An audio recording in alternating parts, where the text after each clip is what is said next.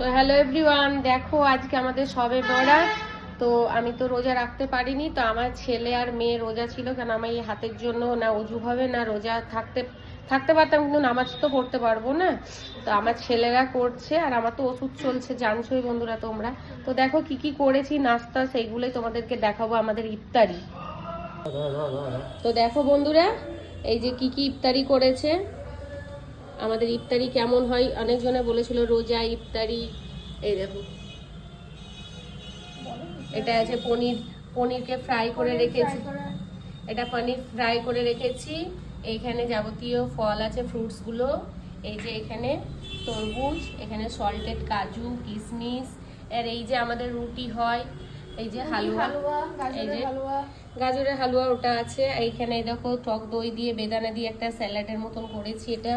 আর এইখানে আছে কিছু তোমার নোনতা ভাজা, এগুলো স্ন্যাক্স।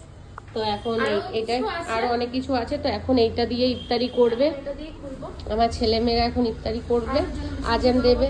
তো সবার জন্য দোয়া করবে, তোমাদের জন্য দোয়া করবে, আর তোমরাও আমাদের জন্য দোয়া করো যেন সকলে ভালো থাকে, সকলে ভালো থাকে ইনশাআল্লাহ। সবাই ভালো থেকো।